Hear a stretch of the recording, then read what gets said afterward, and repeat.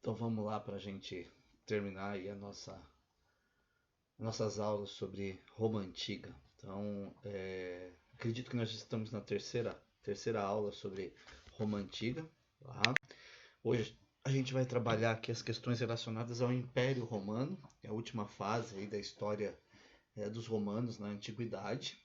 E vamos conversar um pouquinho sobre também as características aí relacionadas com os elementos de cultura, né, e também as influências que os romanos legaram aí para a cultura ocidental, né, para a formação da cultura ocidental. Então, para a gente começar, o professor separou para vocês lá a atividade, né, na verdade não seria uma atividade, né, seria uma reflexão que nós temos lá na página 37, ponto de partida, a unidade 9, né, Roma Antiga, expansão, cultura e influência. Essa unidade, ela trabalha com a República, que é o período onde nós temos aí o início da expansão, do expansionismo territorial romano, que eu apresentei para vocês na aula anterior, gravada, né, em duas fases, né, a fase ali da Península Itálica e depois a fase onde a expansão ela foi mais ampla, né, partindo ali da conquista do Mar Mediterrâneo nas guerras púnicas e os romanos ocupando territórios na Ásia Menor, na região da Palestina, Egito, norte da África e também em direção à Península Ibérica. E além, né, desse expansionismo ter acontecido no período da República, no período do Império ele também se processou, pelo menos na primeira fase do período imperial, né? As conquistas territoriais elas continuaram ocorrendo.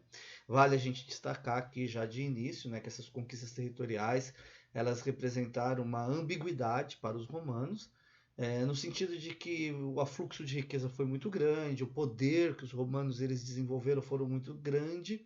Porém, vale destacar que também foi motivo aí para crises, para instabilidades, para aquilo que a gente chama de declínio da sociedade romana na antiguidade. O declínio do Império Romano se processou, né, em virtude desse expansionismo territorial, das dificuldades que eles enfrentaram de manter as suas fronteiras, de manter as suas conquistas, né? A gente poderia até destacar que fatores internos realmente foram os fatores que ruíram aí a dominação que os romanos empreenderam na antiguidade, certo?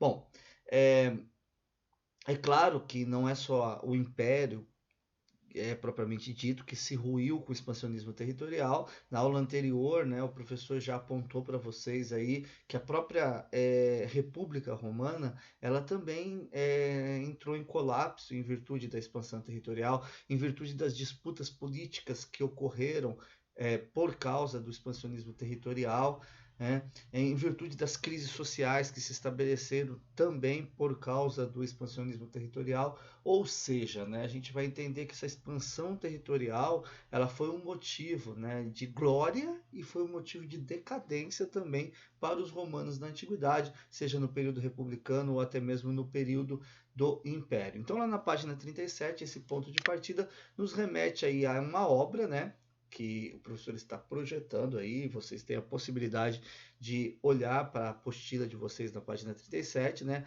Uma obra de Pitoli, que representa o momento em que Júlio César, um dos governantes mais famosos de Roma, foi assassinado no Senado romano por Brutus, né?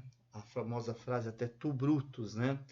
Já comento para vocês essa frase aí. Então a gente consegue olhar nessa imagem aí, né, os senadores meio que atacando ali o Júlio César, está sentado ali, né, numa cadeira. A gente observa que ele tem um cetro ali na mão, né, uma menção a um poder que ele está exercendo ali naquele momento, né?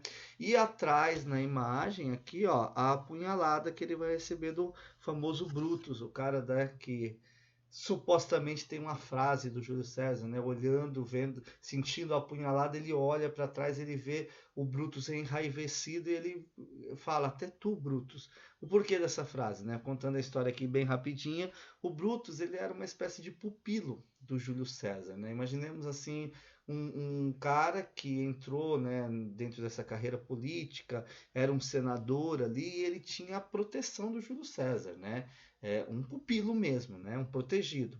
Então, o Júlio César ele nunca imaginava que o Brutus ele poderia algum dia, né, se opor a ele, Júlio César, né? Então, quando aquela conspiração aconteceu, né, no sentido que o Júlio César ele estava meio que governando o triunvirato, né? Ele estava se tornando expoente, né, no governo do triunvirato. Ele estava era uma ditadura do Júlio César que estava se processando ali naquele momento. E os patrícios do Senado eles se revoltaram, eles armaram um complô para poder cometer aí esse ato contra o Júlio César. O Brutus ele também participou e o Júlio César nunca ia imaginar isso daí. Então essa frase, até tu Brutus, para nós ela virou um sinônimo do quê? De traição, né? Quando você não acredita, puxa vida, aquela pessoa que eu nunca imaginei que ela poderia cometer alguma atitude contra mim, por exemplo, né? Então não é incomum as pessoas usarem a frase até tu Brutus, né? Não é normal a gente ficar ouvindo isso daí, né? Mas não é incomum, então essa expressão até tu Brutus faz essa referência aí a uma espécie de traição, né? Bom, nessa unidade vamos estudar sobre o Júlio César, né? A gente falou sobre ele na unidade anterior. Quando vocês lerem a unidade 9, vocês vão perceber que ela fala sobre a República Romana, então vai abordar ali o tema Júlio César também, né? Entretanto, antes da gente começar nossos estudos, é para a gente fazer um debate aí sobre o assunto Júlio César, né? O professor já até colocou alguns elementos para vocês aqui sobre o Júlio César, né? E destacar, né, o que a gente sabe a respeito desse general e estadista. Só um comentário que o professor quer complementar aqui, ó. O que a gente não pode, que muitas vezes é algo que equivocadamente as pessoas elas falam e elas propagam e elas afirmam é que o Júlio César ele foi um imperador ou que ele foi o primeiro imperador romano. Não, ele não foi. Tá? O Júlio César ele poderia ter até pretensões de se tornar um imperador. Ele poderia ter essa vontade, né, e lutar para que isso pudesse vir a acontecer. Mas o Júlio César ele não chegou ao posto de imperador, exatamente porque ele foi atacado pelos senadores, né, nessa pretensão dele aí de se tornar um governante de Roma com poderes mais amplos. Tá? Os Césares, né, na aula anterior o professor até comentou que daí a gente, mas é falado muito que os imperadores romanos é o César, né? O César, os Césares, o César. Não é referência ao Júlio César, que foi o imperador, não é referência ao Júlio César, que foi o imperador, mas foi uma homenagem que o primeiro imperador, né, o filho adotivo, sobrinho do Júlio César, o Caio Júlio César Otaviano, aquele que assumiu, né, o controle no segundo triunvirato e acabou direcionando aí a transição da República para o Império. Ele se tornou o primeiro imperador, né? Ele recebeu o título de príncipes do Senado romano. Príncipes era um título de governante supremo, então ele se tornou o primeiro imperador de Roma e ele estabeleceu esse título, né? O título de César, né? Em uma homenagem ao tio dele, ao Júlio César, que foi assassinado pelos senadores romanos no período do primeiro triunvirato. Então, o Júlio César ele não foi, né, um imperador, ele não foi o primeiro imperador que Roma teve. Então, essa informação a gente tem que deixá-la um pouquinho de lado aí, né, para a gente poder entender realmente como que se processou essa transição, né? Júlio César está relacionado à crise da República, ao governo dos triunviratos. Ele compôs o primeiro triunvirato. Ele tinha uma pretensão de ser um estadista, mas ele não conseguiu alcançar, né, esse objetivo, se tornando o imperador. O sobrinho dele, o Otávio Augusto, tá? Acabou, né, assumindo, né, o controle de Roma, passando pelo chamado Segundo Triunvirato, e depois se processou aí o processo de centralização do poder e sim se tornou aí o primeiro imperador. E assim a gente inicia realmente o nosso último conteúdo hoje, né? Essa última pegada, vamos dizer assim, sobre Roma Antiga, falando sobre o surgimento do Império Romano. Então a gente vai aqui para a nossa sequência, né? Vamos partir do ponto onde nós havíamos parado aí na aula anterior. Então a gente havia parado aqui, né, nessa situação da crise do Império Romano, a partir, né, das instabilidades políticas e sociais que aconteceram lá ao longo do primeiro e do segundo triunvirato, né, até que no ano de 27 a.C., o Otávio, né, o sobrinho do Júlio César, ele acaba sendo nomeado pelo Senado romano como um imperador, né, recebe o título lá de príncipes, né, e assim ele se torna, né, o imperador romano, o primeiro imperador romano, Otávio Caio Júlio César Otaviano, que ficou conhecido mais como Otávio Augusto, né?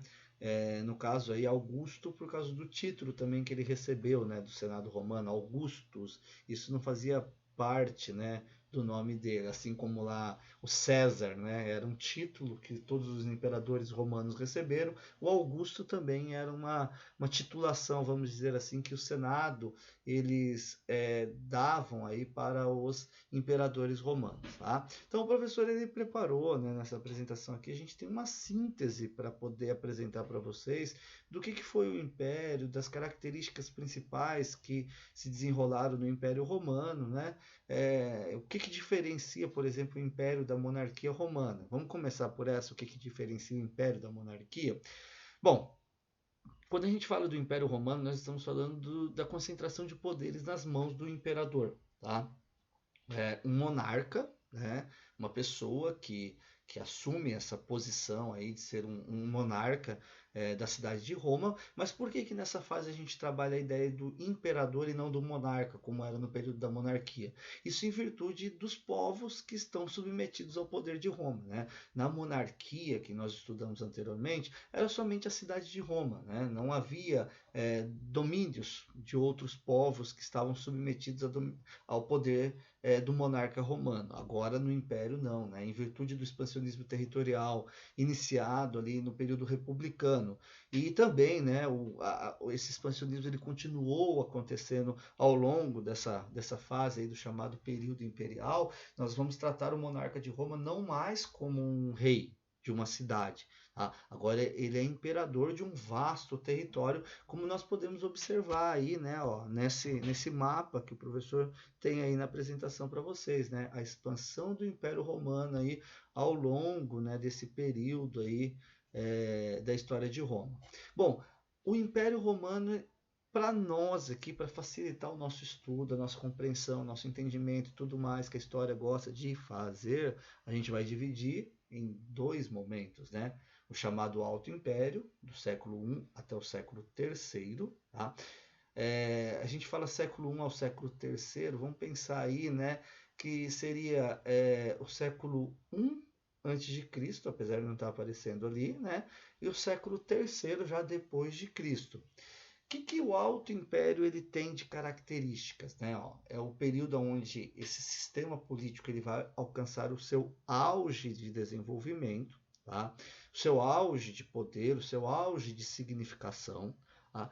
Nesse período do século I ao século III, o expansionismo territorial ele vai alcançar aí o máximo de desenvolvimento, né? Aquele expansionismo territorial que começou no período republicano, ele entra nesse período do Império e ao longo dessa primeira fase do período imperial, os romanos eles vão alcançar o ápice, né, das conquistas territoriais e em decorrência disso daí um grande afluxo ainda de riquezas, né, para a cidade de Roma, né, para o Império Romano de forma geral. O que a gente não pode esquecer é exatamente o elemento de que com os benefícios que esse expansionismo territorial ele trouxe, também vem carregado aí os prejuízos, os malefícios, certo? Isso aí a gente não pode esquecer.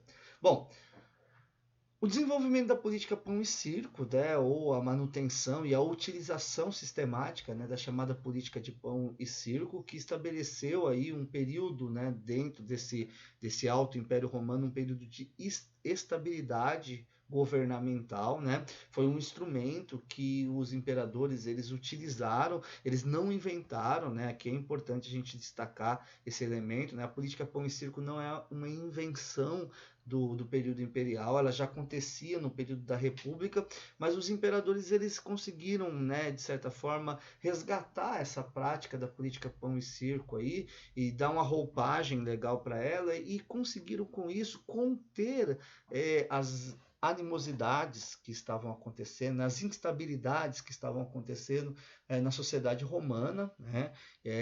E literalmente a gente até quem estava na live com o professor na última que nós fizemos aí na semana passada, a gente conversou sobre isso, o professor projetou um videozinho, um filmezinho lá do Gladiador e a gente fez um comentário, né? Literalmente era uma forma de dar uma esmola, tá?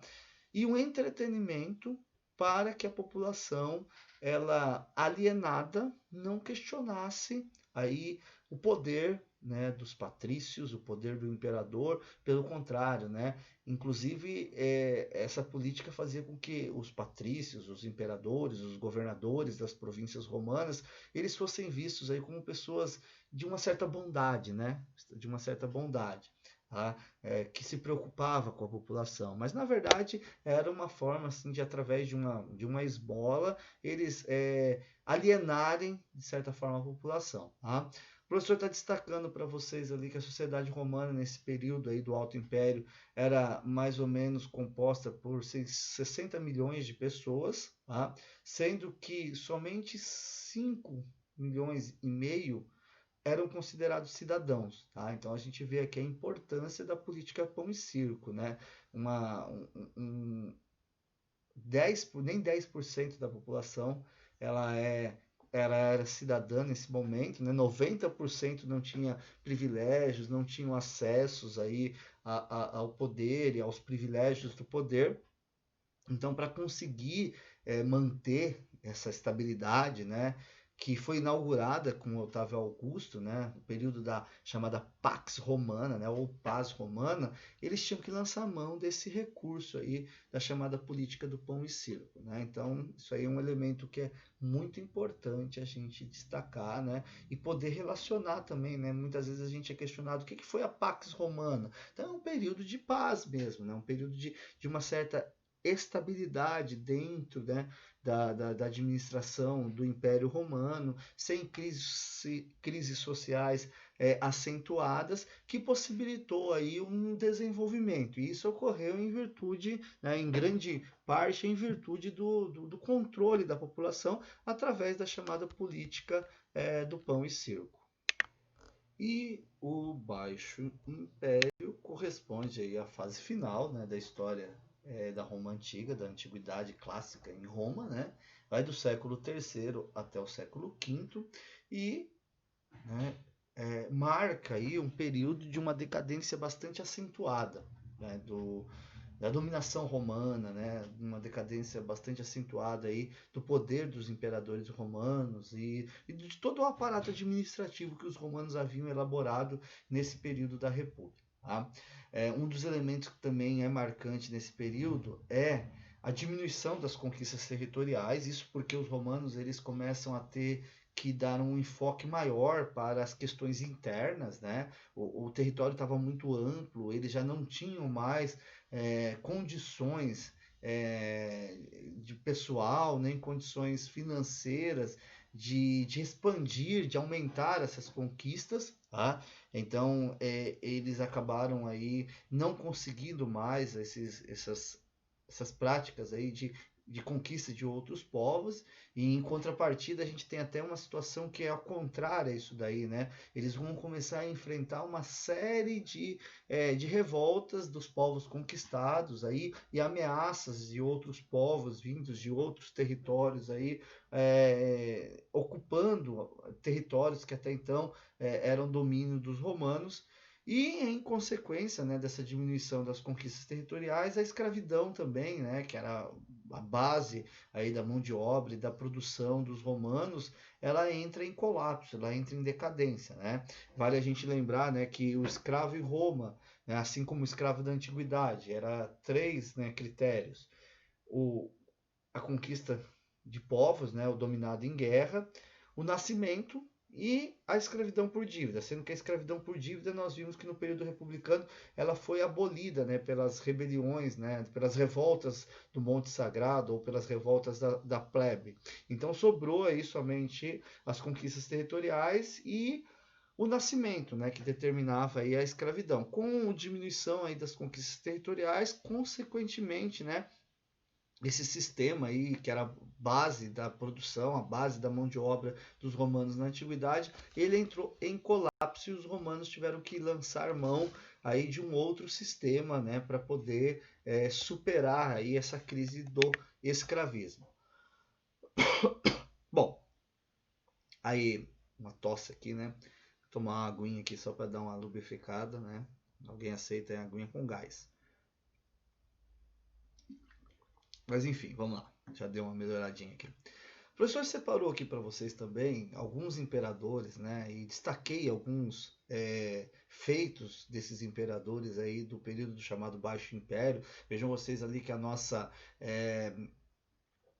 referência, né, temporal é o final do século III e o início do século IV, né, levando em consideração que os romanos eles vão basicamente até o finalzinho do século IV, início do século V, o mundo romano tal como, o Império Romano tal como a gente desenhou ele até agora aqui, ele deixa de existir. Então eu destaquei para vocês aí 3 imperadores, né, o Diocleciano, que governou entre 284 e 385, ele tentou algumas medidas aí para superar aí a crise do Império, né, a crise política também, a crise social e a crise econômica que isso acarretou também, né? Vale destacar que não foi somente uma crise política. Então ele estabeleceu a lei do preço máximo, né, a lei do máximo, que era uma lei que estipulava ali um valor máximo do preço de mercadorias, né? Isso para tentar ter um controle do processo aí econômico, né? Da crise econômica que o Império Romano estava vivenciando, e politicamente ele tentou, né, a ideia da divisão do Império em 4 áreas, né? A divisão administrativa em 4 frentes, né? E estabeleceu a tal da tetrarquia, né? Onde o poder do imperador estava dividido em 4 pessoas, né? Existia lá 2 que teriam os poderes políticos e o título de governante supremo, Augustus, e 2 que eram responsáveis aí pelas questões mais relacionadas com a questão religiosa, né? Que seriam os Césares. As grandes mudanças no período do Império Romano vão acontecer com o imperador Constantino e posteriormente com o imperador Teodósio. Tá? Qual o elemento que o professor vai destacar aqui do Constantino e do Teodósio? Tá? Uma das questões que provocou uma crise dentro do mundo romano aí, foi o crescimento do cristianismo. Tá? Então, o cristianismo ele é um elemento que ele, de certa forma, abalou as estruturas de dominação dos imperadores romanos. Ele se contrapunha em diversos aspectos aí à política romana, né? Questionava realmente o poder dos imperadores romanos, e isso, né, somado aí às perseguições impostas pelos imperadores, somado aí à questão da miséria que grande parte da população romana vivenciava, o cristianismo ele se apresentou como uma alternativa para esses grupos marginalizados, né? Então a gente vai entender, né, que o cristianismo ele é uma das estruturas, né, que vai surgir dentro do Império Romano e que vai promover aí a ruína, né? De alguns elementos relacionados aí com o Império Romano, né? Elementos relacionados principalmente com a questão político-administrativa. Então a gente vai observar que as medidas tomadas pelo Constantino e pelo Teodósio, elas giram em torno dessa questão aí da tentativa aí de dar uma certa amenizada, né, nesse golpe que o cristianismo ele promoveu ao Império Romano. Veja bem, vamos lá para o Constantino I, governou entre 313 e 337 e estabeleceu a liberdade de culto aos cristãos. Edito de Milão. Tá? E não é a conversão ao cristianismo. O cristianismo ele ainda não se torna a religião oficial do Império Romano. Porém, né, os cristãos altamente perseguidos ao longo do Império Romano, né, que eram mortos, que eram levados para as arenas, que sofriam lá nas arenas, eles, a partir do Constantino, isso deixa de existir. Tá? E é um elemento que o Constantino tentou fazer no sentido, né, no sentido de agradar aí esse grupo, que por enquanto era uma seita, né? Era considerado uma seita pelos romanos, pelos imperadores romanos, fazer com que esse grupo aí, que estava ganhando muitos e muitos adeptos, não representasse mais um risco aí ao poder político dos imperadores. Tá? Uma outra situação importante do Constantino, tá? Ele, percebendo que Roma estava em decadência e tentando alongar ao máximo o seu poder e alongar ao máximo o poder dos imperadores romanos, ele toma uma decisão de que ele iria mudar, né, a capital do Império Romano, ou queria desenvolver uma segunda capital do Império Romano, um local onde os imperadores, onde a corte romana, de forma geral, pudesse se abrigar em caso de uma guerra, de uma revolta civil ou de uma invasão de outros povos que estava acontecendo constantemente no mundo romano, e para isso ele busca, né, um local que representava uma certa segurança, né? Então, a cidade de Bizâncio, né, a antiga cidade grega de Bizâncio, né, foi o local escolhido, né, pelo Constantino para passar por uma revitalização, né, para se tornar a segunda capital do Império Romano. Por que ele escolheu essa cidade? Porque, naturalmente falando, ela representava uma segurança, né? Uma cidade que ela, além de ser cercada por muralhas, 3 lados dela estão ali voltadas para mares, né? Para a região de mar. Então isso aí representava um elemento de segurança. Além do que era uma cidade conhecida como um entreposto comercial. Era um local onde havia um contato muito grande, um fluxo muito grande de uma economia, né, que dava uma sustentabilidade importante aí para o Império Romano. Então, essa cidade de Bizâncio ela foi escolhida para ser a segunda capital, e depois de toda a reformulação que o Constantino promoveu nessa cidade, ela acabou recebendo um outro nome, né? Em sua homenagem, ela recebeu o nome de Constantinopla. Atualmente, né, ela é Istambul, na Turquia. Além dessa questão aí, também vamos destacar para o Constantino aí a tentativa de resolver a crise da escravidão. Ele estabeleceu a chamada Lei do Colonato, né? Onde o camponês ele estabelecia ali um acordo, né, para trabalhar para o dono da terra, né, em troca aí de uma parte da produção. Isso aí era uma alternativa para suprir a escassez aí dos escravos, né, do número de escravos que Roma vinha vivenciando aí com o fim aí do expansionismo territorial. Aí o outro que o professor deixou destacado para vocês é o Teodósio, né? Ele vem quase que na sequência aí do Constantino, ele governa entre os anos de 378 e 395, e o grande elemento, né, que o professor destaca ali do Teodósio é o Edito, ou Edito de Tessalônica, onde o Teodósio ele converte o cristianismo à religião oficial do Império Romano. É aqui o nascimento, né, da famosa e milenar Igreja Católica Apostólica Romana. E também, após a morte do Teodósio, né, o Império Romano ele é dividido em 2 partes. Né? Os filhos do Teodósio eles acabam dividindo o Império Romano em 2 partes. A parte ocidental, que fica com a capital em Roma, e a parte oriental, com a capital em Constantinopla. Tá? Qual é o Império Romano que vai ruir nesse período aqui? Que a gente fala da queda do Império Romano. O Império Romano do Ocidente, tá? Então, na unidade próxima, a gente vai estar trabalhando aí as invasões bárbaras e o surgimento ali dos reinos bárbaros, o surgimento ali das monarquias bárbaras, né? Dos reinos bárbaros é a palavra correta a se utilizar, que vai dar origem, né, a uma fase da história que nós chamamos de a fase do período do feudalismo, tá?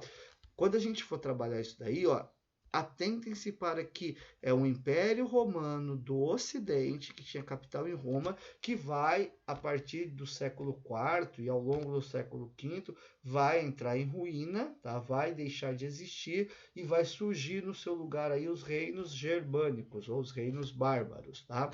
A parte oriental, em virtude de todo o poderio econômico, de toda a estrutura de defesas que ela tinha ali, ela permaneceu ainda por mais 1000 anos, e somente lá no ano de 1453 é que a capital Constantinopla vai ser invadida por um povo que nós também vamos chamar aqui de bárbaro, né?